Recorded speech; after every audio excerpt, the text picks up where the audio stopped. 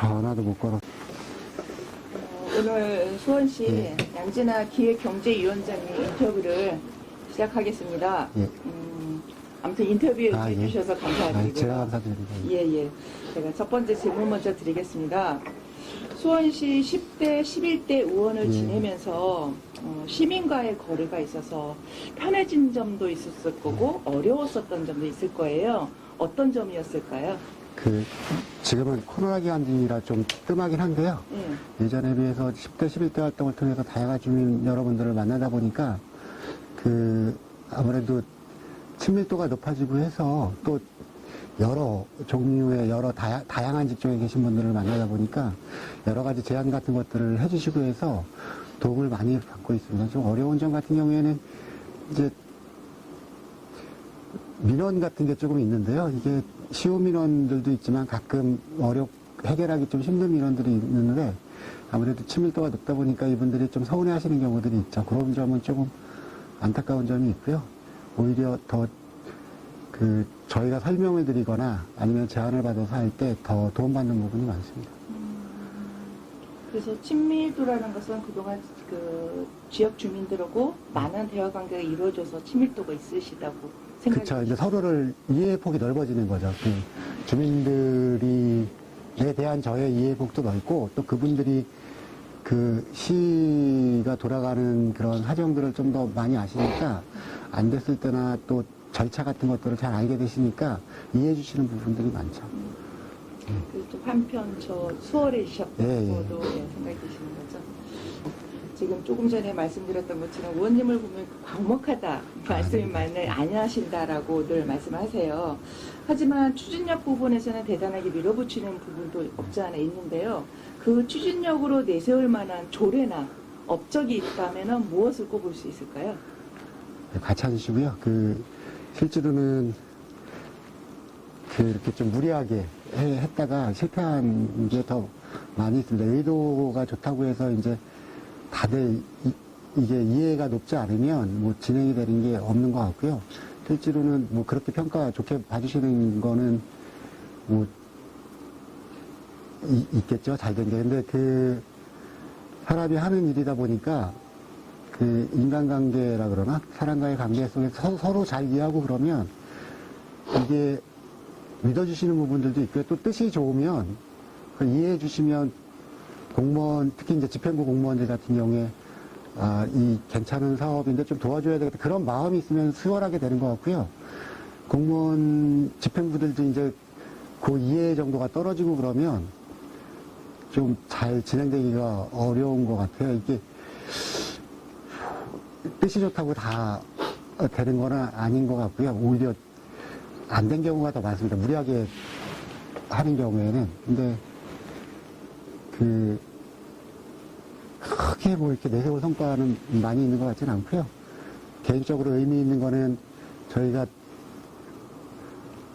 3.1운동 100주년 기념으로 해서 수원시 임시정부 100주년, 3.1운동 100주년 해갖고 그걸 통해서 다양한 지역의 단체들이랑 결합해서 행사를 치르면서 수원의 정체성 부분을 확립하고 또 앞으로 수원시의 미래에 대해서 발전 방안 같은 것들을 마련하는 기회가 되지 않나 해서 그 의의를 두고 싶습니다.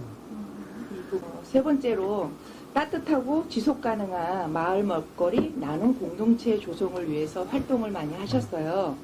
그렇다면 활동을 하셨던 성과와 앞으로 진행 방향은 어떻게 되는지 여쭤보고 싶습니다. 작년에 푸드플랜 용역을 완전히 짓고요.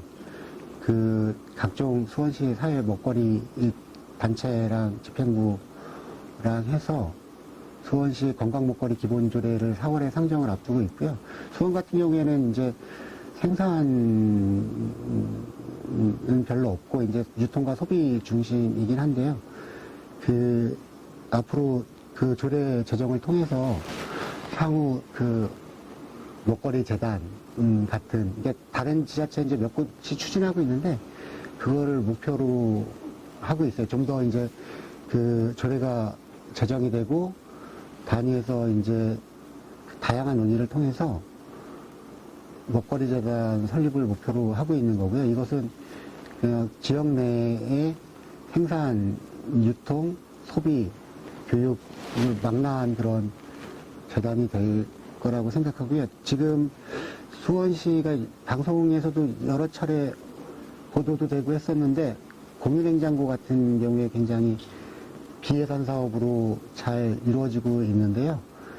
그게 이제 소개가 많이 되다 보니까 참여하시는 분들도 많고 또 외부에서 전국에서 문의가 들어오고 경약이 들어오고 해서 이제 좀 과부하가 걸려 있는 상태예요. 그래서 지정해 주시는 분들도 많고 또 이제 찾아가시는 분들도 많이 계신데 이게 활동가 분들만 갖고는 조금 힘에 부치는 상황까지 와서 또 그래서 이게 아마 이제 먹거리 재단이 생기기 전까지는 통합 먹거리 지원 센터 같은 구체적으로 큰 조직을 만드는 게 아니라 기존의 활동가랑 약간의 인력 보강 정도를 통해서 공유 냉장고니 공유 부엌이라든지 아니면 학교급식 지원 센터나 로컬 푸드 같은 것들을 좀 이렇게 체계적으로 효율적으로 운영하고 지원할 수 있는 단기적으로는 통합 먹거리 지원센터, 장기적으로는 먹거리 재단을 목표로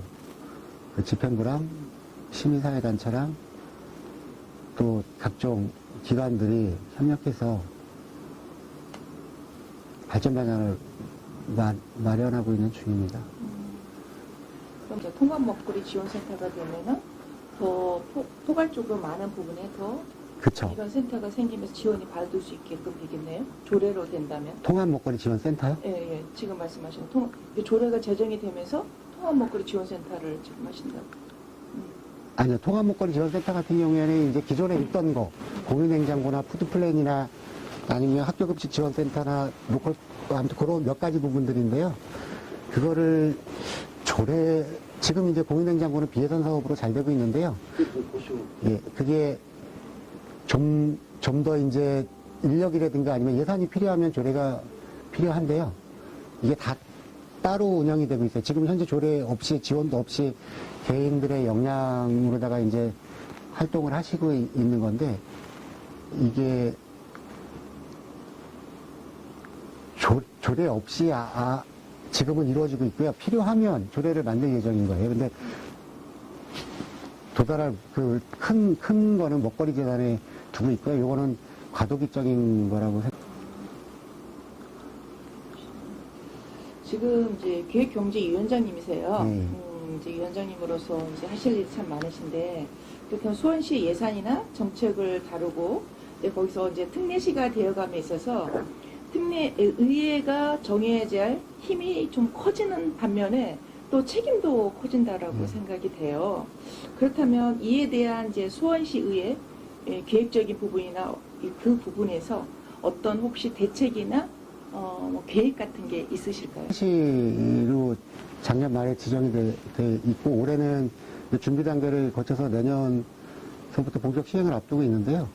의회 부분에 관한 언급은 거의 없고요. 염태현 시장님이 그 의회 보좌관 제도라든가 뭐 몇 가지 이제 추가해 주셔서 감사하게는 됐는데요. 특례시에 관한 의회 부분이 없어요. 없어요? 전혀. 인원을 늘릴 수 있는 권한이나 예. 예산 부분을 좀 그런 거는 있는데 이게 전체적인 그 지방의회에 관한 부분이고 특례시에 관한 거는 없기 때문에 이게 4개시 새로 지정된 명칭부여만 되어 있는 상태이기 때문에 4개시 창원, 수원, 고양 그리고 용인 4개 시가 각자 공동으로 그 돈을 이렇게 출자를 해서 용역이 들어가 있어요. 용역이 특례시의회 조직 모형 및 권한 발굴 공동 연구 용역이라는 명칭이고요. 이게 한 4개월 정도의 용역 기간이 있고 그게 끝나면 그 조직 전반에 대한 그 권한 발굴에 관한 것들을 하고요. 그러니까 무엇을 할 수 있고 할 수 없고 그런 것들 명확히 하고 그리고 경민 진단을 통해서 조직을 어떻게 할 것이냐 그런 것들을 만들어낼 건데요. 이게 아무튼 분권화돼서 특례시 의회라는 부분에 대해서 처음 새롭게 하는 거라 이게 용역 결과가 나오면 4개시 의회에서 여러 가지 논의를 통해서 확정을 지을 건데요. 사실 지방의회는 지방자치법에 의해서 이렇게 규제를 받고 여러 가지 활동들을 하는데요. 사실은 지방의회법이라는 모법이 없는 상태예요. 그래서 정혜식 국회의원이 지방의회법에 관한 법률안을 지금 마련해서 상정해 놓은 상태고요. 그 지방의회법이 만약에 처음으로 생기게 되면 그때 그거에 맞춰서 여러 가지 저희가 할 수 있는 부분들이 생기고요. 이 용역이랑 논의를 통해서 6월 정도면은 이게 다 나오면 그때서부터 빠르게 저희 사개 특례시가 논의를 해서 그 10월 정도까지는 최대한 반영을 시켜서 내년서부터 그 지방의회법이나 아니면 특례시의회에 관한 부분들을 저희들이 이렇게 얻어내서 반영시키려고 하고 있습니다.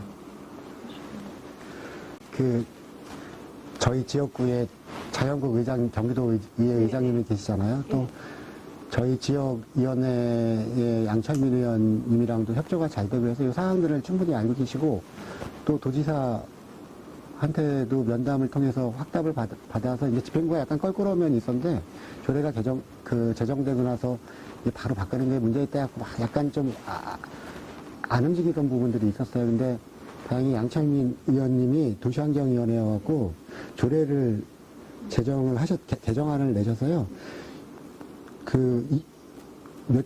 지난달 2월 18일 날 도시환경위원회에서 환경영향평가 조례 일부 개정 조례안이 양철민 의원님 발의로 개정이 됐고요. 2월 23일 본회의를 통과했기 때문에 3월 16일 날 공포돼서 그 이후로 차질 없이 이제 진행이 될 거고요. 그 주요 안이었던 것은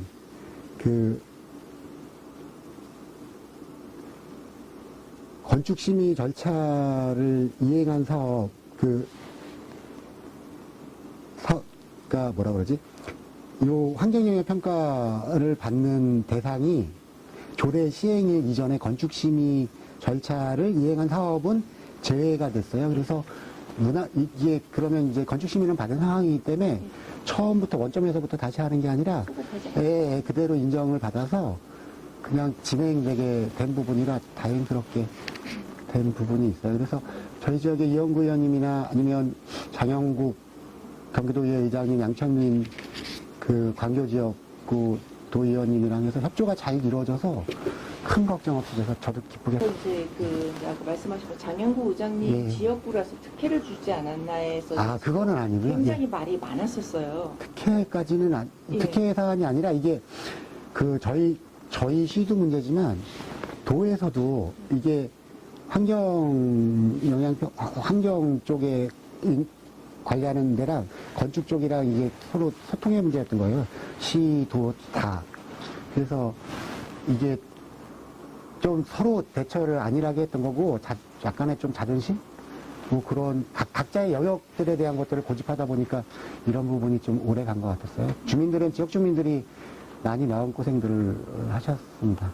그 부분 저희가 취재했을 때 도에서도 아까 지금 얘기하신 것처럼 서로의 자존심 때문에 그건 도저히 안 된다고 그 부분에서 많이 부딪혔던 게 박준열 과장님 환경면접과 그 부분하고도 많이 부딪혔었고 이제 그런 부분도 제가 봤기 때문에 굉장히 좀 그날이 극지 않으셨나 그래서 제가 이 질문을 드린 거거든요. 맞습니다. 어차피 3월 16일 날 공포가 되면은 이제 뭐 예전에 소급되지 않고 지금 이제 결론 내리는 부분으로 되니까 그러면 이제 조합이 제대로 활성화되고 재개발이 시작이 될 수 있겠네요. 그대로 원안대로 가는데요. 근데 수원시도 이제 요 부분에 대해서 사후단지 같은 경우에는 신경을 수원시에서 처음으로 이렇게 뭐라고 그러죠? 자금을 투입해서 이제 개발 계획을 세웠던 데라 관심도 많이 있고 차질 없이 진행되라고 적극 협조할 거라고 예상을 하고요. 이게 좀 시간이 그래도 약간 지체됐기 때문에 자꾸 변경 없이 그냥 한 번에 쭉 갔으면 좋겠다고 생각합니다. 주민들이 이제 자꾸 욕심들이 있으시니까 이것저것 계획들을 수정하는 경우가 있으신데요.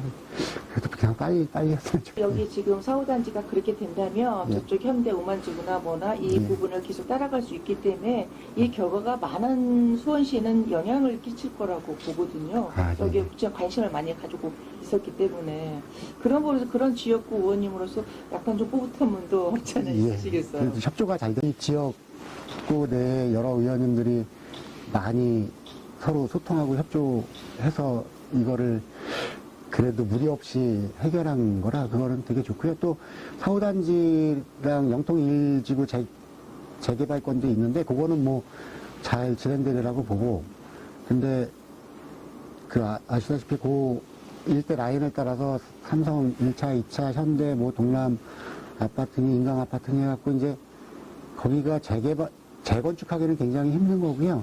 근데 요즘 뭐라 그러죠?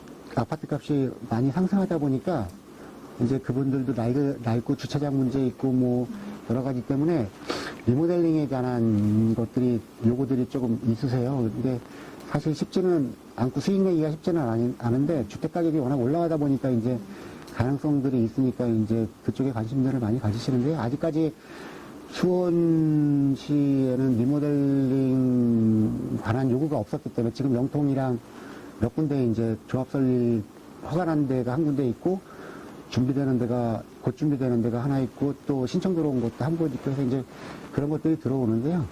공동주택가의 그 리모델링 전담 팀을 하나 만들어서 그거에 대처할 수 있게 하려고 합니다. 저희가 직접적인 그 위원회는 아니기 때문에 그쪽으로 좀 지원하는 수밖에 없을 것 같습니다. 지금 그쪽이 아니시라고 그랬는데 그럼 기획경제위원장이시라면 예, 예. 제가 돌발 질문인지 모르지만 수원시가 이제 어느 정도 포화 상태에 왔어요. 재개발이나 어떤 부분에 대해서 계획적으로 조금 더 신경 쓰고 이 부분에 좀 힘을 기울여 줬으면 좋겠다. 예, 행정이나 지금 모든 부분에서 그 부분이 혹시 있으실까요? 어떤 부분 말씀하시나요? 자, 수원시가 지금 네. 재개발이나 어떤 부분에 지금 다 봉착돼서 다 지금 포화 상태라고 봐요. 재개발이요? 예, 예. 재개발, 재건축도 이루어지고 예, 예. 어느 부분에 발전할 만한 곳이 마땅히 없다라고 저는 생각이 들거든요. 그렇다면 수원시가 앞으로 어느 쪽을 더 신경 쓴다 하면은 부족한 부분을 조금이라도 채워가는 부분이 있다면 기획 쪽에서 생각하시는 혹시 기존에 생각하셨던 부분 있으신가 해가지고 수원시 발전. 저희 수원시 인구를 봤을 때요. 적정 인구를 봤을 때 135만이 한계라고 이야기들을 하셨었어요. 근데 이제 만약에 군공항이 제대로 이전이 되고 하면 뭐 일부 미래 산업 시설도 들어오긴 하겠지만 주택도 약간 들어오고 하고 그러면 아마 맥시멈으로 잡으면 150만까지 잡을 수 있는데 그렇게 되면은 삶의 질은 굉장히 안 좋을 거라고 보는데요. 근데 전통적으로 보면 수원시가 약 과천, 안양까지는 이제 서울 쪽으로 출퇴근 하는 인구들도 많고 그랬어요. 물론 저희 수원이 전철도 있고 교통이 좋아지면서 그 서울이나 다른 기타 도시로 출퇴근하는 인구들이 많긴 하지만 그래도 이제 수원이 삼성전자도 있긴 하지만 이제 자족적인 것들이 필요하잖아요. 그래서 공공항도 있고 탑동 그 개발권도 있고 해서 이 수원시가 자족할 수 있는 부분들이요. 그러니까 그 산업 먹거리라 그러나 직업을 갖고 여기서 경제적인 활동을 할 수 있는 그런 부분들에 조금 신경을 쓰는 부분들이 있어요. 저희 기획경제위원회는. 그래서 자꾸 이제 많이 빠져나가니까 지대도 높고 뭐 여러 가지 이유로 나가는데 그 인력의 질이라든가 직원들의 만족도라든가 아니면 인프라 같은 경우는 수원이 굉장히 좋거든요. 그래서 그 생명산업 쪽이라든가 4차 산업 쪽으로 유치 노력들을 많이 하고 있습니다. 제가 예. 경제위원장님께 한 말씀만 여쭤보겠는데요. 예. 물론 뭐 연습공을 통해가지고 이래저래 다 알고는 있지만 예, 예. 그래도 이제 모르는 분이 상당히 많거든요. 아, 예. 그래서 이제 그 점에 대해서 이제 궁금한 게 뭐냐면 예. 과연 수원시가 특례시가 되면 예, 예. 수원 시민들한테 좀 돌아가는 혜택이라든가 예. 등등 뭐가 어떤 면에서 어떻게 더 좋아진다. 예. 라는 뭐 그런 등등 간략하게 한 두세 가지만 평시가 되면 뭐 이런 예. 면에서는 우리 수원시가 시민들이 더 혜택도 많이 받고 또 앞으로 발전도 있고 이렇게 해서 그런 걸로 가지고 물론 알고 있어는 많이 알아요. 아는데 모르는 사람이 더 많거든요. 그래서 그런 것도 인터뷰에서 조금 간략하게 한두 가지만 말씀드리면 좀 현재 상태에 한 거기 때문에요. 만약에 뭐 수원 특례시장 연태형 그런 용어조차도 쓸 수가 없어요. 그냥 그런 거라 진짜 백지 상태이긴 한데요. 근데 조직이랑 여러 가지 업무 이관들은 있을 거예요. 그래서 그거를 이제 협의를 하는 단계인데요.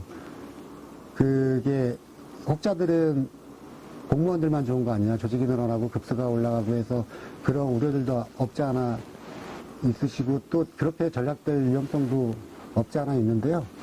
최대한 업무 이관을 받으면 그거에 관한 예산은 당연히 내려와야 되는 거고요. 또 시민들한테 실질적으로 이렇게 혜택을 볼 수 있는 그런 것들을 많이 갖고 와야 되는 거는 그 집행부들도 이렇게 잘 발굴해서 받아오는 거는 맞는 거인데요.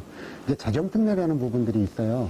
근데 그거에 대해서는 논의가 안 되고 있는데 여러 학자들이나 그거에 대해서 아이디어를 내시는 분들은 많이 있어요. 근데 지방, 다른 도시들 같은 경우에 이제 특례시가 많이 갖고 하면 자기네들께 덜 오는 거 아니냐 했을 때 여러 학자들이 또 뭐 현행은 그대로 두고 추가분에 대해서만 이렇게 배분하는 방법을 그러니까 다양한 방법들은 지금 연구 중에 계시거든요. 그래서 저희도 그 재정특례에 관한 부분 최대한 그 업무만 받아오는 게 아니라 실질적으로 그 지역 주민들이 특례시대 갖고 이렇게 체험할 수 있는, 체감할 수 있는 그 정도의 효과를 볼 수 있는 것들을 하려고 노력을 하고 있고요.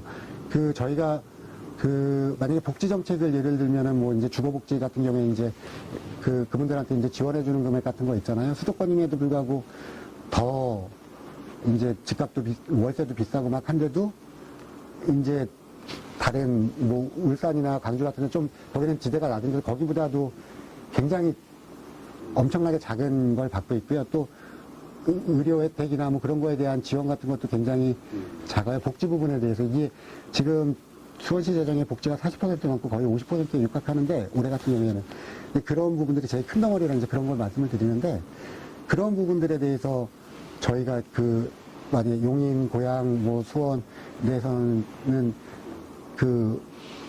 저희 현실적인 그 지원이 될 수 있게 그런 것들은 요구할 수 있고 받아낼 수 있다고 생각을 하고요. 그거 말고도 각종 직능단체에서도 또 많이 불이익받는 부분들이 있어요. 그런 것도 위상에 맞게 받아오려고 하고 있어요. 근데 한 번에 다 할 수는 없는 것 같고요. 일단은 처음 시작하는 거라 다른 분들이 이제 자기네들이 불이익 보고 뭐 좀 너무 배 아파하면 이게 안 되니까 차근차근 이제 저희도 준비해 가면서 이렇게 받아올 계획으로 알고 있습니다. 뭐 신분은 시의원이긴 하지만 수원 시민의 한 사람이고요. 그냥 대의랑 그냥 수원 시민의 의견에 맞춰서 여러 가지 의정 활동을 하고 있고요. 저희가 보통 기초의정 활동을 갖다가 풀뿌리 정치 활동이라고 하잖아요. 풀뿌리라는 게 이제 가장 낮은 데서 시민의 삶과 밀접한 그런 활동들을 한다고 알고 있고요. 그래서 더 시민들에게 직접적이고 또 가까이에서 접할 수 있고 많은 그런 활동들을 하는 것 같은데요. 이게 제대로 이루어지려면 저희들도 열심히 하겠지만 시민들도 많은 관심을 가지고 또 건강한 비판을 해주시면 저희들도 어긋나지 않고 기대에 부응해서 열심히 활동해서 그 성과가 수원 시민들에게 갈 거라고 생각을 하고요.